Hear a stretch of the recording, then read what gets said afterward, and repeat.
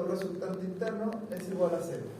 Ahí yo calculo, si tengo las fuerzas, todo eso, calculo el momento resultante y la fuerza resultante. Estas son las cargas que están actuando sobre esta superficie.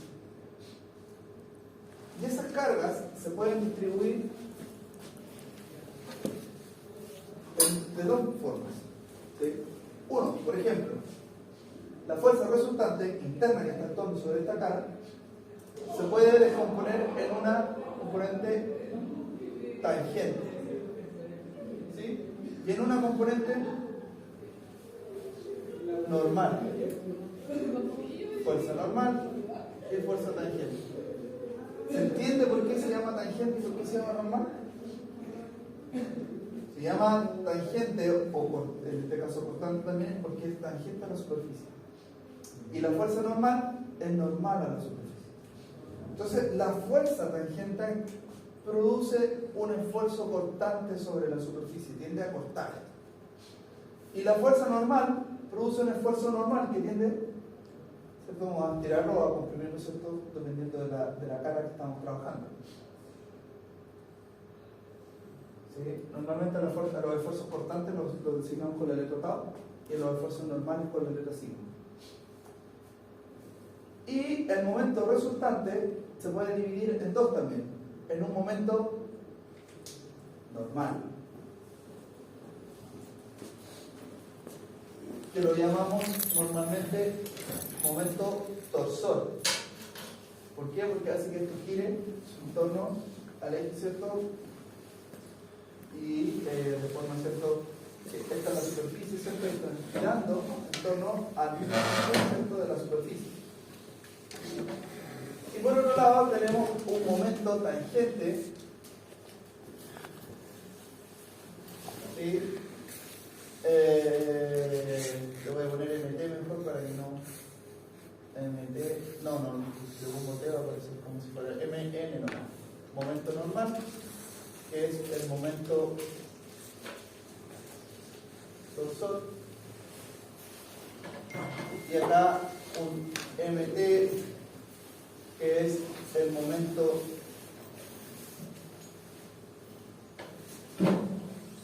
flector.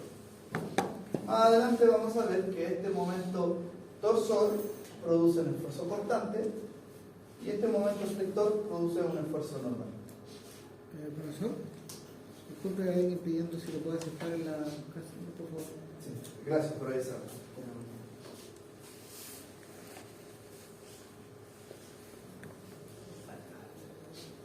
Entonces, eso es prácticamente lo que ocurre con un cuerpo, ¿cierto?, cuando analizamos desde el punto de vista de los esfuerzos, es lo que ocurre internamente con él. Pero antes de continuar con esto, ¿cierto?, para entender cómo se calculan los esfuerzos dentro de un material y probablemente las deformaciones, vamos a ver algo que es tremendamente importante en el área de la mecánica, que son las propiedades de los materiales. ¿Sí? Normalmente, esto es toda una asignatura, ¿sí?, con los mecánicos, que se llama ciencia de materiales. ¿Sí?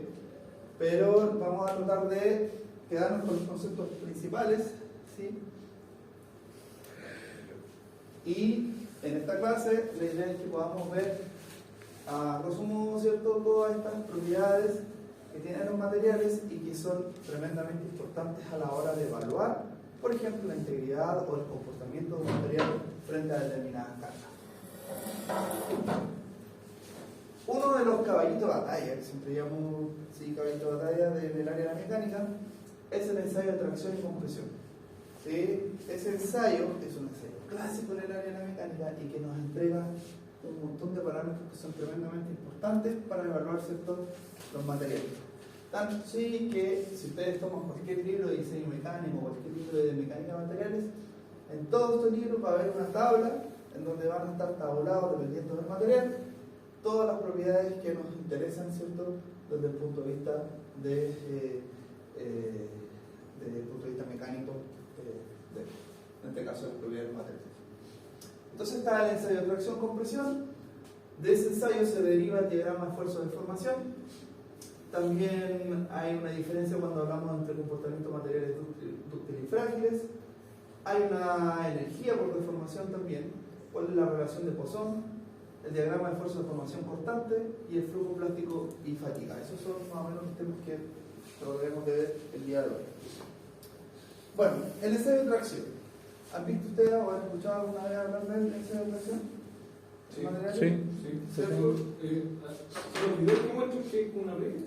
¿O no? ¿O no tiene? No, estiramiento, depende. Que se expresa más o menos para destruir, a veces cuando usan para destruir algunos elementos, pero a veces sí se usan ensayos de compresión, pero lo importante es que esa carga sea controlada. ¿Sí? Que tú puedas medirla cuánto es la carga que se está ejerciendo en todo momento. Entonces, ¿en qué consiste esto? Esta es una máquina, bueno, esta es la que nosotros tenemos actualmente en el laboratorio de mecánica. Esta es puede ser una Inslum de las antiguas. ¿En qué consiste esto? Consiste en tener una probeta, como la que está arriba, una probeta plana, ¿sí? Con una dimensión conocida. Yo la sujeto con una mordaza o con ¿cierto? Una sujeción roscada o con mordazas hidráulicas. Y si es ensayo de tracción, esto empieza a subir, ¿sí? Y aquí hay una celda de carga que empieza a medir, ¿cierto? Cuál es la carga que se está aplicando a la probeta. Y a su vez se mide cuánto es lo que se está estirando esto. Entonces podemos relacionar cuánto se alarga en la probeta versus la carga que yo estoy aplicando. ¿Ya? Y esto es como un resorte. Yo le aplico una fuerza y esto se estira. Y se va a estirar y se va a estirar.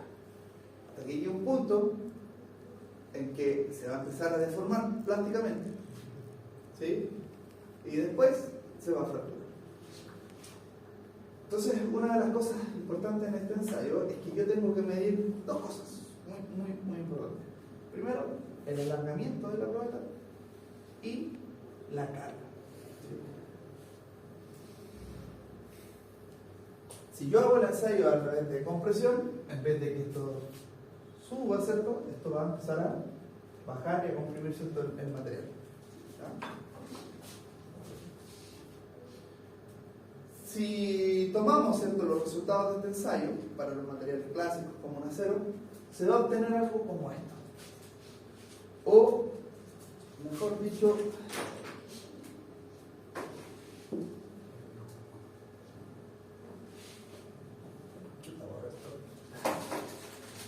¿Qué le queda todavía? ¿No se puede lograr?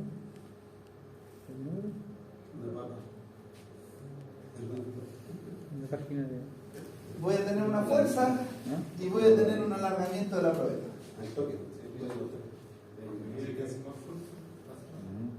Y voy a tener algo así. Pero este gráfico es un poco objetivo. ¿Por qué es poco objetivo? Porque va a depender del diámetro de la probeta. Si el diámetro es muy grande, la fuerza va a ser mayor y no voy a tener un parámetro de comparación que sea independiente de las dimensiones de la probeta. Entonces, ¿qué es lo que se hace en esto normalmente?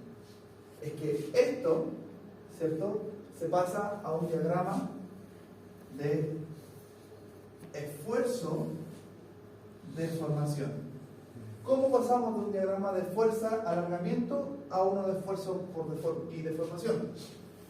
Nosotros decimos que el esfuerzo normal era la fuerza normal, pero dividido por el área transversal de la probeta. Entonces ahora nos sacamos, ¿cierto?, las dimensiones de la probeta, independiente que si sea más robusta o menos robusta, está dividida por el área. Y acá, ¿cierto?, tenemos ahora no la fuerza, sino que el esfuerzo. Y esto puede estar en megapascales.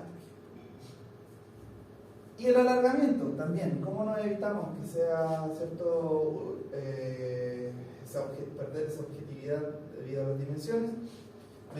Evaluamos la deformación como el largo final menos el largo inicial de la probeta dividido el largo inicial. Entonces esto ya sería como un porcentaje, ¿no? ¿Cuánto es lo que se alarga dividido por el largo inicial de la probeta? Y eso es lo que va acá en el eje X. Entonces cuando yo grafico este diagrama, tengo algo así. Y que si es para, por ejemplo, un acero A36, va a ser generalmente siempre este mismo comportamiento, independiente de si usamos una probeta más grande o más pequeña, ¿cierto? O de una sección transversal más grande o más pequeña. ¿Sí? Entonces, acá, en este diagrama, de este diagrama se desprenden un montón de variables tremendamente importantes en el área de la mecánica. La primera, si nosotros vemos este gráfico, vamos a tener siempre una etapa lineal, que llamamos proporcional, en donde va a ser, o la relación entre el esfuerzo y la deformación son proporcionales. En esta zona, el esfuerzo es proporcional a la deformación. ¿Sí? Y esa proporcionalidad se da por la ley de Hooke. El esfuerzo es igual al módulo elástico del material por la deformación. Ley de Hooke igual que la de un resorte. Para un resorte, la fuerza es igual a la constante de rigidez por el delta X.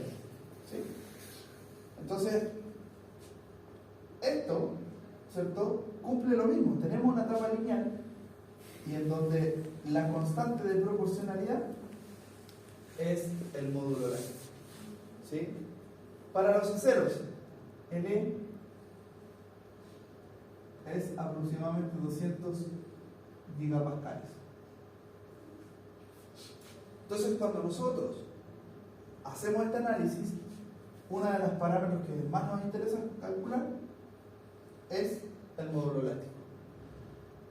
Obviamente lo medimos cuando esto sea lineal. ¿Sí? Después viene un punto que se conoce como límite de proporcionalidad. Y luego viene el límite de fluencia. ¿Han escuchado hablar de la fluencia? Este SSUI se conoce como límite de fluencia. ¿Qué ocurre a partir de este punto? A partir de este punto, hacia allá, ocurre deformación plástica. Y de aquí para allá, de aquí hacia la izquierda, deformación elástica. ¿Ya? ¿Se entiende cuál es la diferencia? La deformación elástica es que si yo aplico una carga y la quito, el material vuelve a su dimensión original, como un elástico. Pero cuando yo sobrepaso el límite de influencia, comienza la deformación plástica. Y esa deformación se conoce como deformación permanente.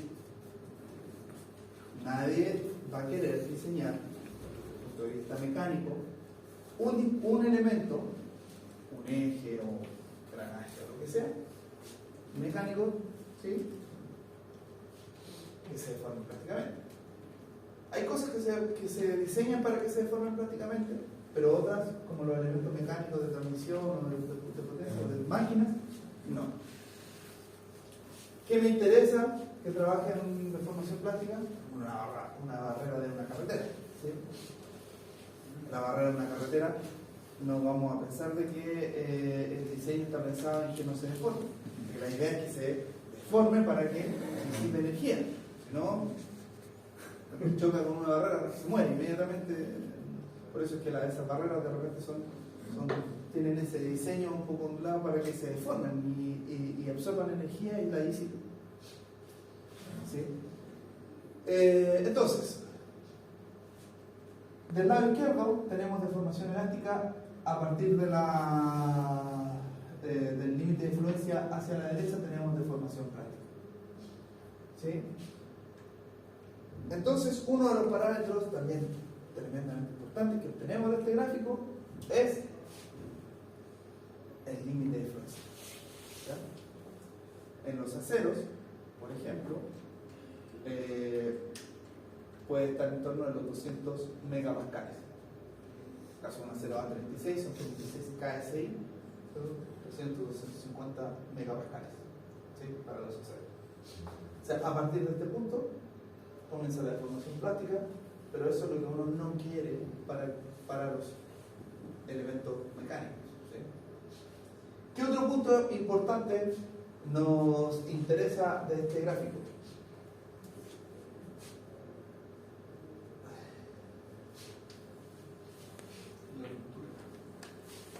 El esfuerzo, último colocaba también un esfuerzo máximo. A partir de este punto, en el ensayo, ¿qué es lo que aparece? Aparece una descripción en la probeta. Quiere decir que ahí, ¿cierto? Existe un punto, ¿cierto? Por ejemplo, si esta fuera la probeta, a la que se le está aplicando la carga, cuando llegamos a este punto, aparece, ¿cierto? Una extensión en una zona, se va a empezar a disminuir mucho más rápido el área transversal, y aquí es donde finalmente después ocurre la ruptura de la probeta. Entonces,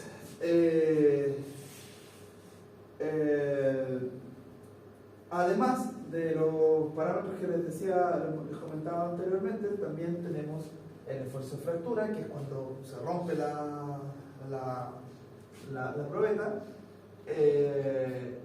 Podemos sacar parámetros de deformación, cuánto es lo que se puede deformar elásticamente el material, cuánto es hasta que ocurre la adherencia. Luego, esta zona se conoce como endurecimiento por deformación, porque cuando estamos deformando plásticamente algo, ocurre ahí todos unos fenómenos de desplazamiento de dislocaciones, que son pequeñas imperfecciones en los materiales, en las estructuras internas del material, que producen un endurecimiento de este. ¿Sí? Endurecimiento se traduce así porque en inglés es hardening, pero es que aumenta la resistencia, pero se vuelven más frágiles. Entonces, este gráfico también nos puede indicar si es que un material es frágil o dúctil, ¿ya? Y cuando decimos frágil, desde el punto de vista mecánico, no tiene que ver con que sea un material con baja resistencia o alta resistencia. Un material frágil y un material dúctil se diferencian en que cuando comienza la deformación plástica, el material frágil no soporta la deformación plástica y se fractura. En cambio, el material dúctil sí se deforma plásticamente y tiene una visible deformación plástica antes de que ocurra la fractura, ¿sí? Entonces, es importante hacer esa diferencia. Material dúctil, la fractura con visible deformación plástica. En cambio, material frágil es una fractura repentina sin grandes deformaciones plásticas. El vidrio es un material resistente, cerámico, base cerámica, ¿sí? Muy resistente, ¿sí? Pero es frágil. ¿Por qué? Vidrio a temperatura ambiente no se puede deformar plásticamente. Para darle una forma y deformarlo plásticamente, tiene que estar a alta temperatura, ¿sí? Entonces eso es importante considerar. Rigidez, propiedad que está asociada al módulo elástico. Muchas expresiones desarrolladas en este curso dependerán de este módulo. ¿Sí? Módulo elástico.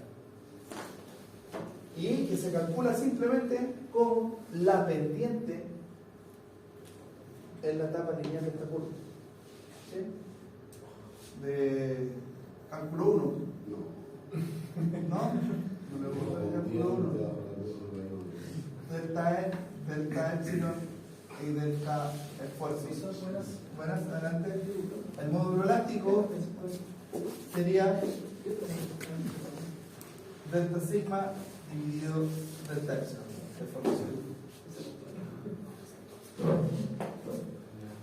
También hay un fenómeno que se conoce, que les decía anteriormente, se conoce como endurecimiento por deformación.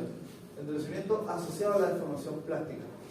¿Qué es lo que ocurre con los materiales o con los metales principalmente? ¿Por qué se llama endurecimiento por deformación? Supongamos que tenemos una probeta de arceno.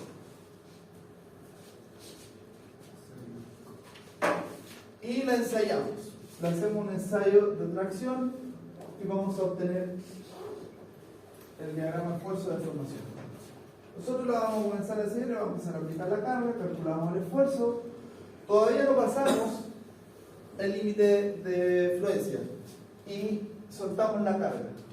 Si aquí soltamos la carga, ¿qué es lo que ocurre con el material?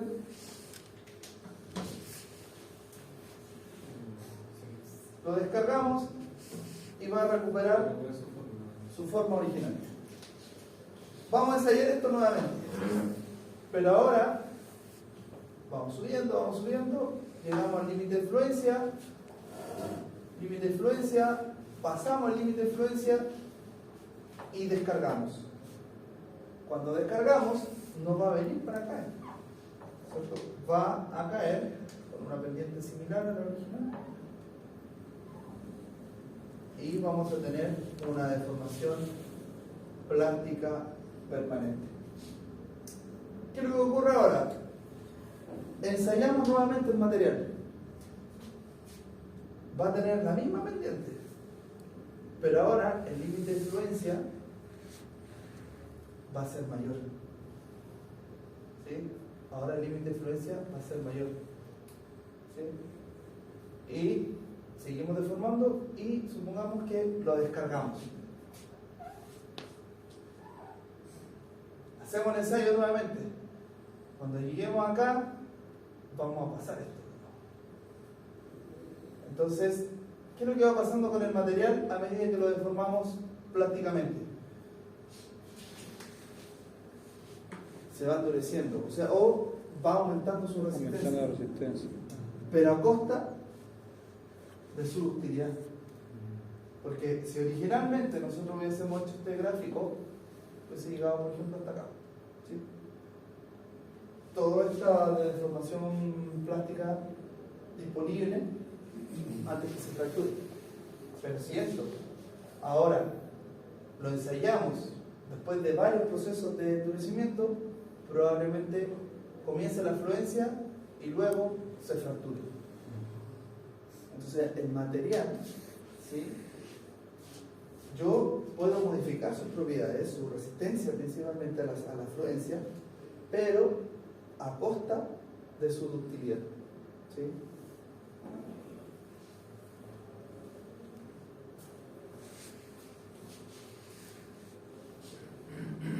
También, como esto es un gráfico de esfuerzo de formación, se conoce o se habla también de un parámetro que se conoce como la energía de deformación.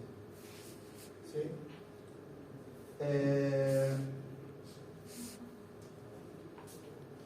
Para un resorte, ¿cómo se mide la energía?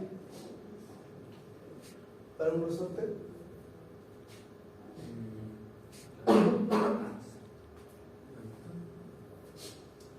la energía potencial del resorte era 1/2 de K por delta X al cuadrado. 1/2 K por X es la fuerza por delta X. ¿Sí? Si nosotros decimos que los materiales son como un resorte, entonces la energía por deformación de un material sería 1/2. Si no hablamos de fuerza, aquí no hablamos de fuerza, sino que hablamos de esfuerzo, y no hablamos de deformación, o sea, de alargamiento, sino que hablamos de deformación. Y esto es energía por unidad de volumen. ¿Ya? Energía por unidad de volumen. Y esa es la energía que puede acumular el material, ¿cierto? Debido a su deformación. A medida que un material se deforma debido a una carga externa, esta carga hará un trabajo externo que en su momento será almacenado en el material como energía interna. Igual que un resorte. Yo para deformar un resorte le tengo que aplicar una carga externa, pero ese resorte ahora trabaja como un recipiente de energía, tiene esa energía disponible. Y apenas yo suelte esto, el resorte va a regresar a su posición inicial. Lo mismo ocurre con los materiales. Los materiales tienen cuando yo le aplico, hay una carga externa que los deforma, ¿cierto? Podemos determinar su energía por deformación. Otra forma de escribir esto, allá vimos que la ley de Hooke nos dice que el esfuerzo es igual a E por la deformación. Por lo tanto, la deformación es igual al esfuerzo partido por el módulo elástico. Si lo reemplazamos en esta ecuación, sería un medio del esfuerzo por el esfuerzo dividido el módulo elástico, o sea, esto queda el esfuerzo al cuadrado dividido por 2. También otra forma de escribir esto. Y de acá también se desprenden dos términos, la resiliencia y la tenacidad. En general, yo me gusta más hablar de la tenacidad cuando decimos que este material, ¿cierto? El material es tenaz cuando puede almacenar alta energía, o sea, puede almacenar alta energía por deformación. O sea, esta curva, además de tener un alto valor un alto límite de influencia, también se puede deformar elásticamente. Más área podemos abarcar. Esto es el área bajo la curva. Este es el área bajo la curva de este diagrama. Profesor, ¿Sí? ¿la tenacidad va a depender del material o del área que tenga? Es que ambos, el área que me entregue esto depende del material. Si el material es más frágil, probablemente tenga una alta resistencia, pero pueda deformarse prácticamente muy poco. Entonces, eso afecta obviamente el área. Y la resiliencia, a veces hablan los libros de mecánica de materiales, pero a mí muchas veces en los libros de ciencia de materiales la resiliencia está más asociada a la resistencia del material o a la capacidad del material a absorber o a resistir impactos. ¿Sí? Hay un ensayo que se conoce como el ensayo de Chat, que hay una probeta que con una muesca y que se golpea con un péndulo. Se evalúa la energía, ¿cierto?, de ese péndulo antes y después del impacto, y puede uno calcular, ¿cierto?, la energía que absorbe ese material durante el impacto. ¿Lo ve? ¿Sí? Esta curva de comportamiento va a aplicar con los cables, con la energía que pasa por los cables, con la aislación. Es que lo que pasa es que esto en general es por materiales. Por ejemplo, si nosotros tenemos el cobre no lo vemos desde el punto de vista eléctrico, solamente desde el punto mecánico. Le hacemos un ensayo, pero de fuerza, de descarga a una probeta de cobre y podemos saber cuál es su. Lo que pasa es que un cable eléctrico, cuando se le hace pruebas, cada vez que uno le va haciendo pruebas se va dañando la aislación, hasta un momento se rompe. Entonces, no sé si la aislación es lo que mismo comportamiento. Como el cable, el polímero del plástico. O un cable, no sé, un minero en la minería, uno le aplica 23.000 volts para hacer una prueba si está bueno. Por norma no le aplicamos más de hecho pruebas a un cable porque ya la cuarta sabemos que el cable ya quedó dañado. Es una temperatura entonces. Pero claro, eso yo creo. Uno le aplica energía. Por temperatura. Lo que pasa es que ese cable, me imagino que tiene que estar aislado literalmente. Entonces, Lo que pasa es que los cables mineros se ocupan y después se reutilizan. Entonces cada vez que uno lo va a utilizar tiene que hacer prueba eléctrica, aplicarle tensión. Entonces esa tensión, ese cable se puede reutilizar como 3 veces solamente. sí, pero yo creo que eso tiene que ver con, no sé si tiene que ver con las propiedades mecánicas del material, yo creo que tiene que ver un poco, ahí ignoro un poco la metodología, pero me imagino también porque internamente también se pueden generar fisuras o elementos que afectan y aumentan la resistividad del De la aislación, que es el material que se va a dañar. la aislación. La aislación. Sí, pero eso ya sería el polímero que recubre el Plástico, polímero. Y eso tendría que medirse por la temperatura que genera la electricidad que está pasando, me imagino. Porque ese sería el desgaste que le está haciendo al polímero. Creo. Ahí estamos dando vueltas. Pero, ¿qué miden? ¿Ustedes hacen Uno le aplica una energía parecida a la que va a ser el funcionamiento. Los cables son de 23.000 volts. ¿Pero qué se mide? Pero ¿cómo se llama esta weá? La aislación. La aislación, por eso se La aislación eléctrica. Perfecto, Ya. Y cada vez que uno le hace la prueba, va a Pero hacer eso, material. sí, pero eso es una propiedad eléctrica del material. Sufre un No desgaste. es un desgaste como este. Porque No, no, tiene lo que valor. pasa es que este es de resistencia. Ah, ¿Qué es lo que sería al mismo polímero? Se construye una probeta de ese polímero y se Ya. ensaya, pero desde el punto de vista mecánico, no desde el punto de vista eléctrico. Ah, ¿Sí? O sea, si nosotros quisiéramos analizar el polímero, pero desde el punto de vista de fuerza, no de relación de capacidad de propiedad eléctrica. Estas son dos propiedades mecánicas. ¿Sí? Mecánica. Esa es la. ¿Cómo le dices la resistencia del polímero? Eso es como un Meyer, pero aplica. Voltaje. Está hecho para Otra- tensión. Otra propiedad importante es la relación de Poisson. ¿Qué mide la relación de Poisson? Tratemos de visualizar primero antes qué es esto de Poisson. Ahí tengo la probeta también dibujada. Supongamos que yo tengo una probeta.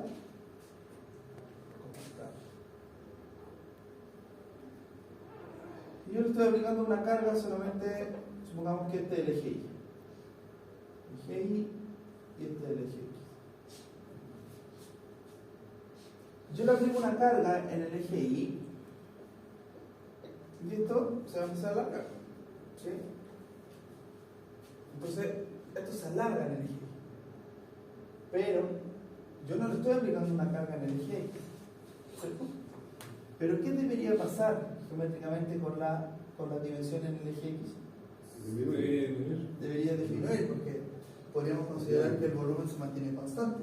Entonces, si se alarga de un lado, ¿cierto? Se tiene que encoger de otro.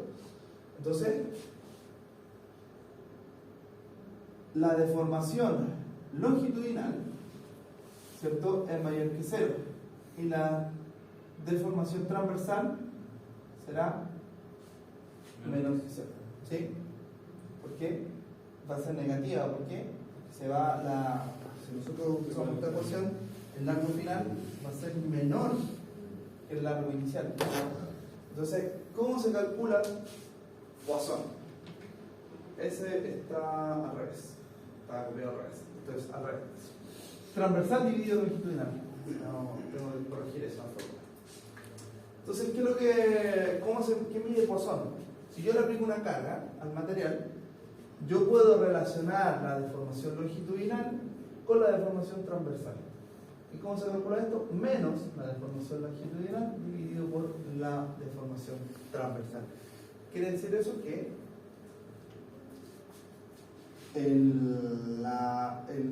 si yo le aplico la carga en el eje Y, se deforma en el eje Y, se alarga en el eje Y, pero en el eje X, ¿cierto?, se va a encoger. En el acero, típicamente, el módulo de Poisson es 0,3. ¿Sí? 0,3. O sea, la relación entre la deformación transversal dividida por la longitudinal es 0,3.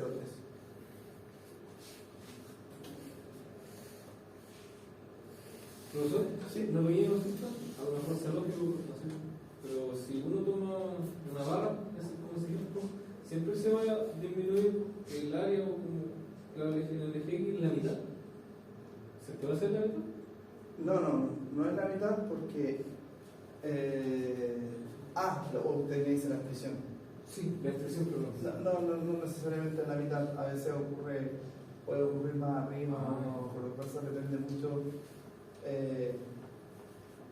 Hay probetas que se hacen con una zona menor para que se construyen con una zona menor para que fallen en esa zona. Pero a veces si la probeta es plana, a veces puede ocurrir al medio, arriba o abajo.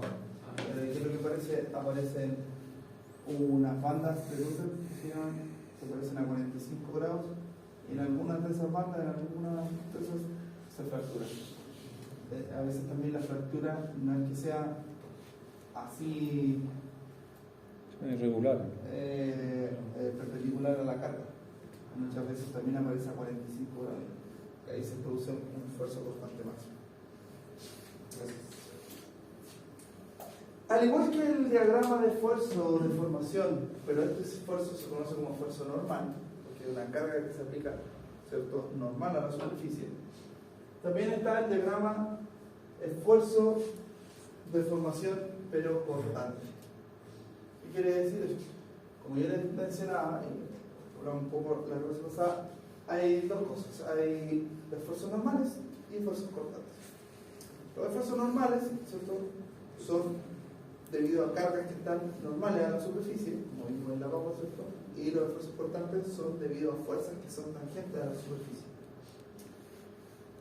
Los esfuerzos normales producen deformaciones normales, o sea, alargamientos o disminución, ¿cierto?, longitudinal en la dirección en la que se está aplicando la carga. Pero los esfuerzos cortantes producen deformaciones constantes que no tienen que ver con la longitud, sino que tienen que ver con el ángulo.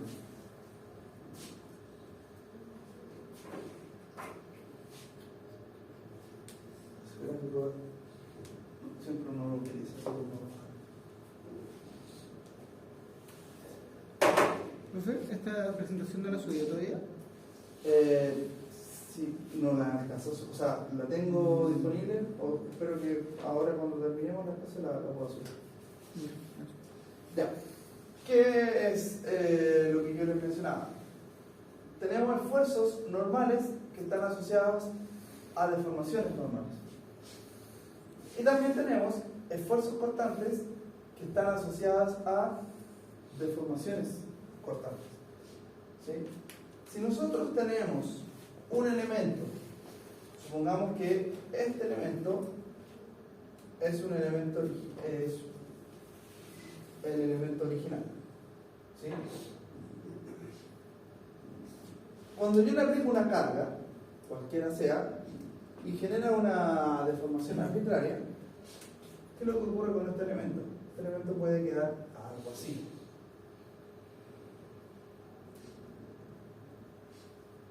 ¿Ya?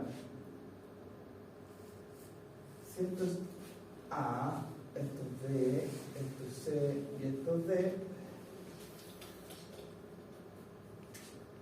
esto va a ser A', no se movió en comparación de A, B', C' y D'.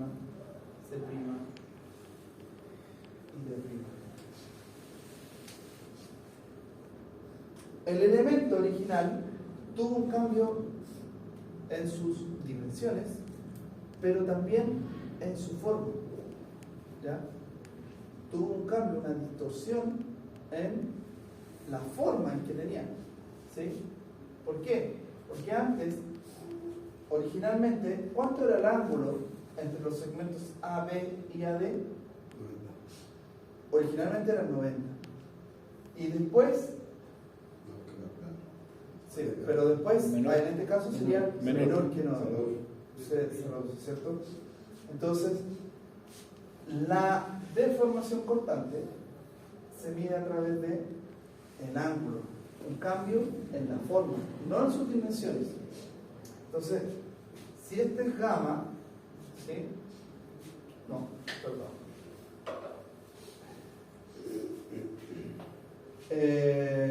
La deformación cortante sería el ángulo inicial, que es pi medio, ¿sí? Si esto es teta, el ángulo final, le resto teta. Y eso sería la deformación cortante. ¿Sí? Este ángulo teta, ¿cierto?, ahora es menor que 90. ¿Sí? Entonces, la deformación cortante yo la evalúo como el ángulo original, que eran 90 grados, siempre he trabajado estos radianes, menos el ángulo final del desafío. ¿Una diferencia? Sí, es una diferencia entre... Pero ojo, que esto es positivo cuando este ángulo es menor que 90. Si es mayor que 90, si las cargas producen que esto que aquí se genere un ángulo mayor que 90, la deformación constante sería negativa. ¿No? Entonces, el esfuerzo normal produce una deformación normal, que es un cambio en la longitud.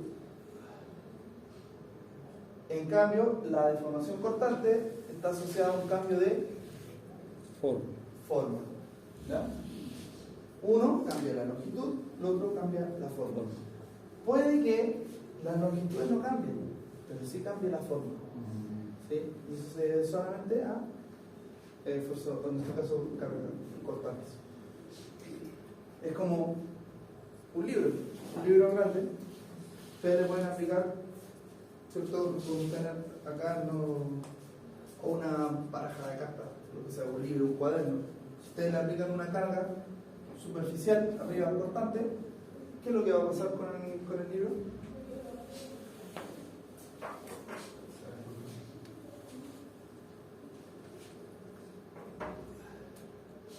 Supongamos que tenemos un libro.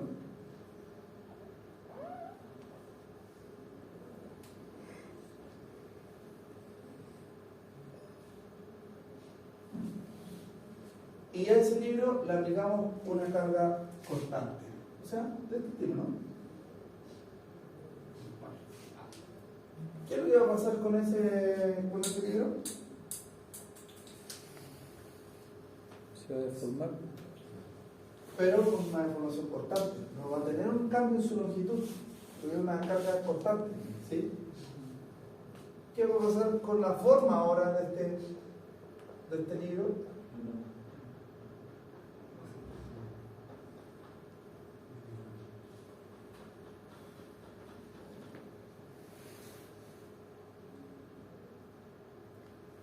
Hacia la derecha.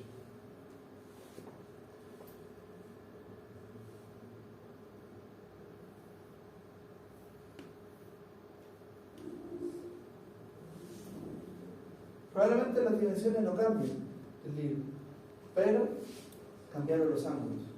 Eso es lo que produce la deformación cortante, una distorsión sobre el elemento.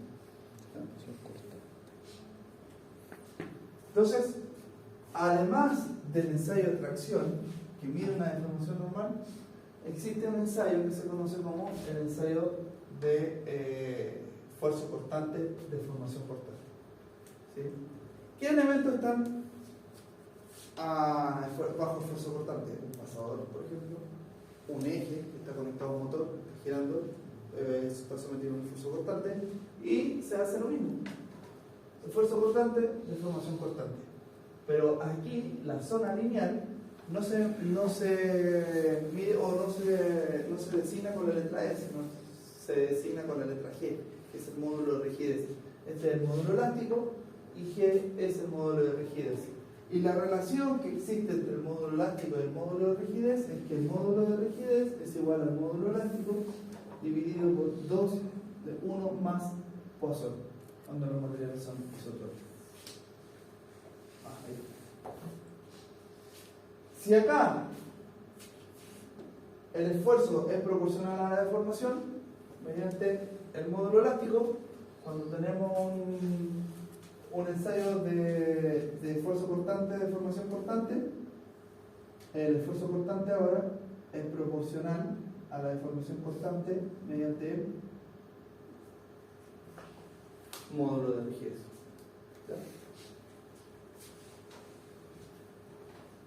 Si E para el acero son 200 gigapascales, y yo les dije que Poisson es de 0,3, ¿cuánto debería ser el módulo de rigidez para los aceros? 200 dividido 2 por 1 más 0,3. 200 dividido 2,6. ¿Sí? 80. 200 dividido 2,6. 80. 76.92. 80 gigapascales.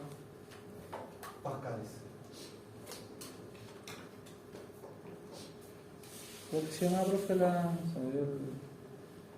deformación tenía un nombre, corte. ¿Cómo se llama? Deformación constante. Eso.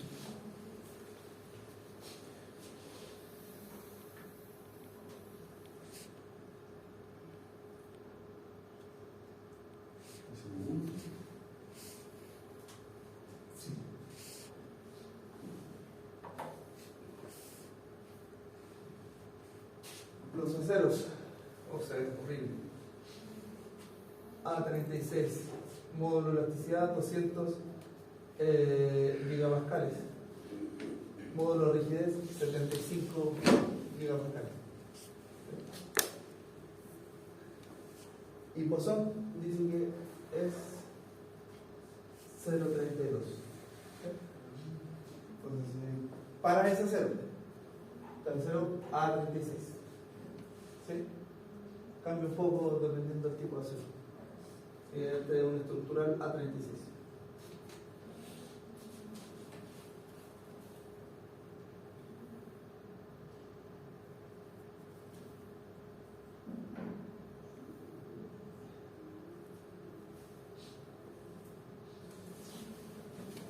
Flujo plástico, ¿qué es lo que es? También a veces se conoce como un creep. Se relaciona, o es una deformación que depende no de la carga, sino que del tiempo. ¿A qué me refiero con eso? Imagínense ustedes un elemento que está bajo una carga constante, pero en el tiempo. ¿Ya? Puede ser, ahí se muestra un poste, ¿cierto? O puede ser también imagínense una bolsa de supermercado con una alta carga. ¿Sí? Eso es típico de los polímeros. Nosotros tenemos una bolsa de supermercado que son muy delgadas, ¿cierto? Son muy pequeñas, y la cargamos algunos kilos de carne. Si usted mide la deformación original, usted la carga, se van a deformar. ¿Sí?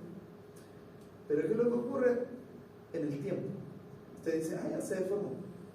Pero si después, al otro día, vuelve a medir la deformación, esto va a encontrar que con el tiempo, quizás no en un día, no en dos, a lo mejor en mayor tiempo, ¿cierto? Esto se va a ir deformando en el tiempo. ¿Sí? Eso es lo que se conoce como flujo plástico, está muy asociado también a la temperatura del fluido. ¿Sí? Acá dice tiempo, ¿sí? Acá dice el esfuerzo, pero lo que más representa, ¿cierto?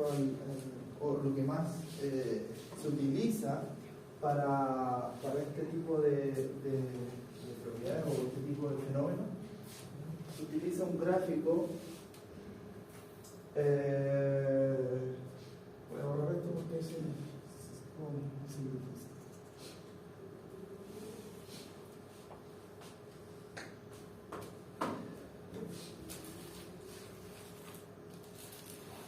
también se usa deformación tiempo.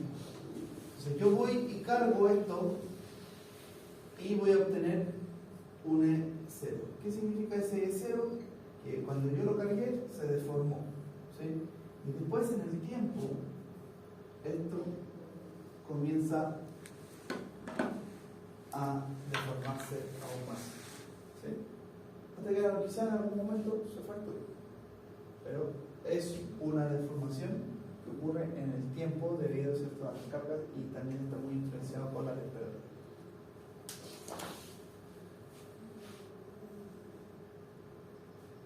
Y la última propiedad, fatiga.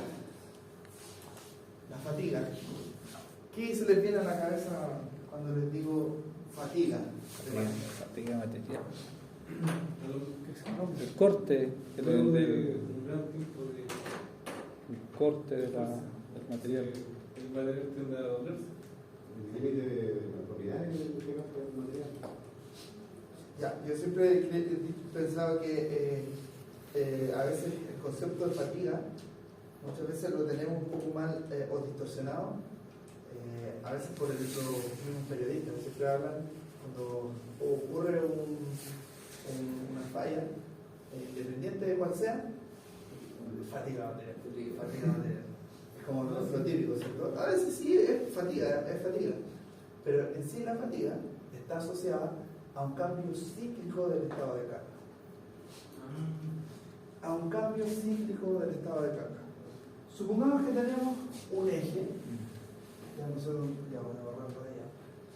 Supongamos que tenemos un eje y que este eje está deformado. Supongamos que tenemos un eje, aquí hay un acoplamiento, ¿cierto? aquí hay una rueda, no sé, acá hay unos descansos, acá también. Y analizamos lo que ocurre acá. ¿Sí? Esto se comporta como una viga, probablemente se flecte y esté así. Si hacemos como un zoom en esa zona, supongamos que vemos una cosa así. Aquí hay una zona que se conoce como fibra neutra y las deformaciones en teoría son no hay deformaciones. Si esto fuera la viga, y ustedes como la ven así, son un pequeño segmento de la viga, un pequeño segmento, nosotros lo ampliamos acá. Debido a las cargas que están actuando, la parte superior a esta fibra neutra, ¿cómo la ven? ¿Está en compresión o en tracción? Compresión. Está en compresión, ¿cierto? Entonces aquí tendríamos esfuerzos negativos. Y la parte de abajo, Flexión, lo opuesto. lo opuesto, ¿cierto? En tracción. Pero ahora este eje no está quieto, porque está conectado a un motor, está girando. Entonces esto, que estaba en compresión, Cambio de ciclo. cambia y después va a estar en tracción y después va a estar en tracción. Si el motor gira a 3000 RPM, vamos a tener ese cambio a la velocidad en que está girando el motor, ¿no? Entonces no es menor. Entonces una zona va a estar cambiando de compresión a tracción, compresión a tracción, compresión a tracción, ¿cierto? En función de la velocidad en la que está girando el motor. Entonces, la fatiga se debe a un cambio en el estado de esfuerzo, ¿cierto? Que es cíclico. El alambre, cuando Han querido fracturar Claro. un alambre, o sea, han querido cortar un alambre Sí. sin la herramienta adecuada, Esa es la fatiga. carga una carga cíclica. Ahora, también hay un aumento de temperatura. Si usted toca se calienta, pero además está influenciado por un cambio en el estado de esfuerzo. O sea, Ese calentamiento es por la molécula que se está rompiendo el enlace, digamos así. lo que pasa es que ahí ocurren muchos fenómenos a nivel estructural del material. Claro. Existen, es como les decía anteriormente, se ve en un curso que se llama Ciencia Material. A nivel micro, en el caso de los materiales, tienen estructuras que son estructuras que nosotros las podemos llamar estructuras cristalinas. Y internamente, ¿sí? Hay pequeñas imperfecciones. Siempre en los materiales hay pequeñas imperfecciones.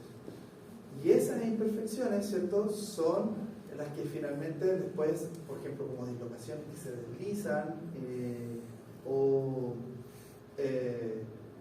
maclaje, que también es otro fenómeno que ocurre, ¿cierto? Entonces esas pequeñas imperfecciones internas finalmente en algún momento también aparecen pequeñas fisuras y esas fisuras después se empiezan a propagar, ¿sí? Entonces, la fatiga está asociada a un cambio, ¿cierto?, en el estado de esfuerzo, ¿cierto?, que es cíclico, ¿sí? Ahora, si aquí fuera tracción, probablemente no es tan influyente, pero si pasamos de compresión a tracción, de tracción a compresión, es mucho más fuerte ese cambio. Además, hay materiales, no tanto el acero, pero hay materiales que no soportan de igual forma la compresión o la tracción. Por ejemplo, un caso para esto, quizá un buen ejemplo, pero imagínense el concreto, ¿sí? Bueno, no vamos a tener un ejemplo concreto, pero vean lo siguiente. El concreto soporta muy bien las cargas de compresión, pero las cargas de tracción no es tan bueno soportando esas cargas. Entonces, ¿qué es lo que se hace? ¿Qué es lo que hacen cuando se fabrica una losa o un radiador que tiene que soportar?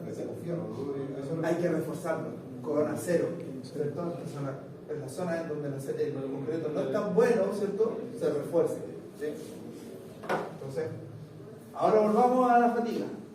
Entonces, ¿qué es lo que ocurre con la fatiga? La fatiga, como hay un cambio cíclico del estado de carga, ¿sí?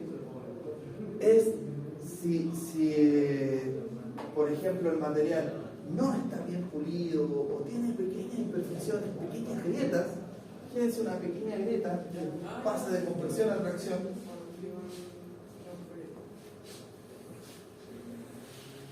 Imagínense que aquí hay una pequeña grieta, una pequeña fisura. Que aquí está en compresión, va a estar cerrada. Pero acá se va a abrir. Acá se va a cerrar, se va a abrir, se va a cerrar, se va a abrir. Y esa grieta va a empezar a propagarse. ¿Sí? Entonces, el fenómeno de la fatiga está asociado a un cambio en el estado de esfuerzo. ¿Y cuál es el típico gráfico que se obtiene de este ensayo? Bueno, este ensayo se utiliza una probeta, se hace girar y se le aplica una carga tremendamente alta, muy cercana, la primera carga muy cercana a la carga de la fractura. ¿Ya? Entonces, aquí tengo que tener muchas probetas. ¿Ya? Para hacer este ensayo tengo que tener muchas probetas. Entonces, yo por un lado tengo el esfuerzo y por el otro lado tengo el número de ciclos o el tiempo.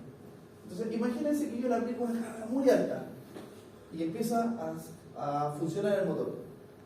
¿Cuántas vueltas va a dar esta cuestión? Probablemente no va a alcanzar a dar una vuelta, 2 vueltas, no sé, y se va a fracturar. Entonces, el primero, debido a una carga muy alta, un ciclo, 2 ciclos, lo que sea. Después yo esa carga la bajo a la mitad, ¿sí?